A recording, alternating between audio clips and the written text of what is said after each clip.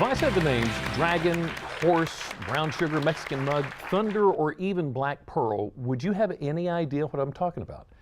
Well, with the recent epidemic in its use, maybe you should. I'm talking about heroin, and believe it or not, according to the National Institute on Drug Abuse, in its purest form, it's a naturally occurring substance that gets extracted from the seed pod of a poppy plant. Now, heroin can be a white or brown powder or a black sticky substance, also referred to as tar.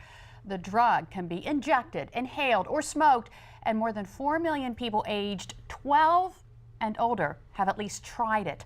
23% of those people became addicted. Now, there was a time during self-proclaimed days of heroin chic.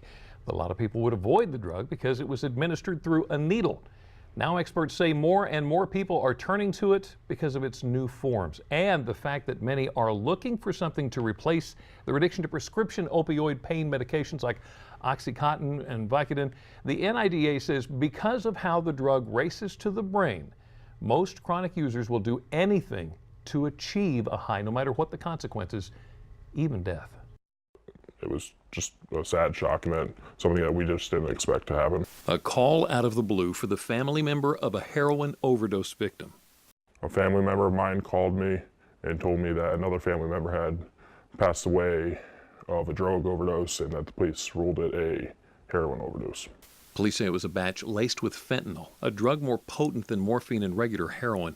It made a user's normal dose much more powerful, and in these cases, it's suspected to have led to an automatic overdose.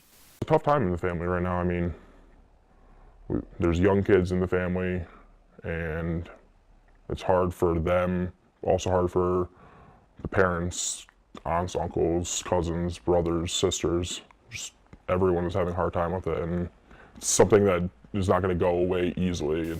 And that's why the warning's being sent out by this family and the police to family members of other heroin addicts. Be on the lookout for a certain bag. It's been labeled Ronald Reagan. It comes with a red stamp of the face of the former president and with the title Reagan Era. It's being used as evidence, so police wouldn't show us an example. But officials say it's already popping up in Connecticut and Vermont. The price, just $6, making it appealing for those needing a quick fix. Every time that we thought he would be getting better, it would just take a turn for even worse than it was. For the families left to suddenly bury their loved ones, the war on heroin is now personal. Definitely have a completely different outlook on it. And just, I mean, drugs aren't always a bad thing. They never lead to anything positive. And it is personal for so many families, including right here on Delmarva. Dozens of people in 3 states have died, and just a few months ago, Delaware health officials issued a warning about heroin being sold under the names of Power Hour, Taliban, and Strike Dead. They add this particular mixture did not respond to a medication used to reverse the effects of the drug. Now, still, the idea that there is some hope in bringing life back into someone who is overdosing is absolutely amazing. So here to tell us more about it is Madie Barker, who's the Behavioral Health Director at the Somerset County Health Department. Thanks for coming in. Thank you so much for having me. So I think a lot of people have heard of Narcan. Tell us exactly what it is. Okay, it is a drug that can be administered in a number of different ways, but basically what it does is that if it is administered in a short enough period of time from when the overdose occurred, will knock the medication off the opioid receptors and restore breathing.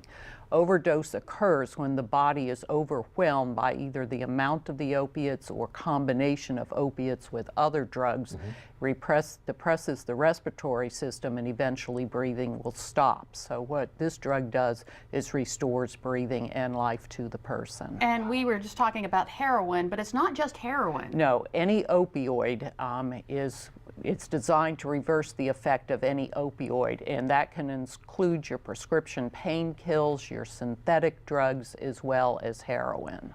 How can you determine that it's time to administer Narcan? Basically, when the person becomes non-responsive, you're not able to arouse them. They may be turning grayish. You may notice blue fingertips, lips, gurgling breathing. These are the classic signs of overdose, and the point at which they're no longer responding to you, it's time first to call 911 and then administer the Narcan. And the person still needs medical attention after you administer the Narcan? Absolutely. That's a couple of reasons. One, it's only a temporary effect. It will knock the opioids off the receptor for a period of time, but it's important that they get medical attention so they don't overdose again.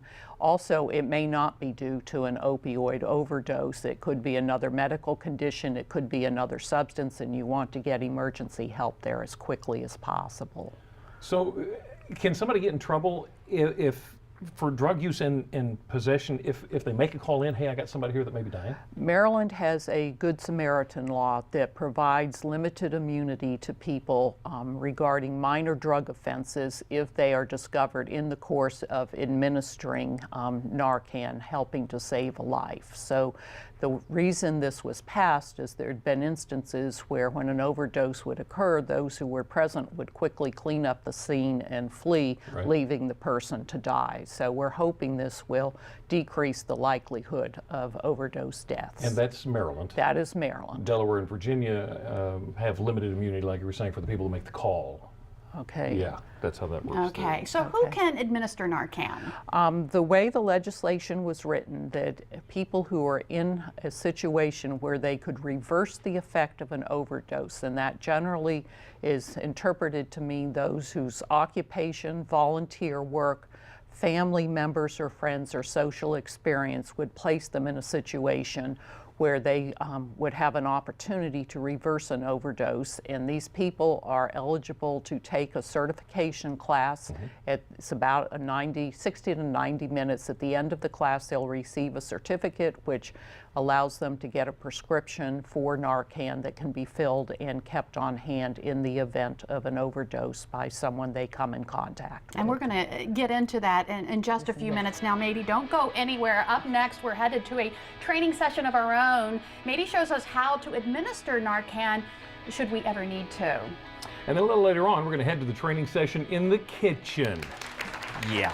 Don't go anywhere. Delmarva Live will be right back.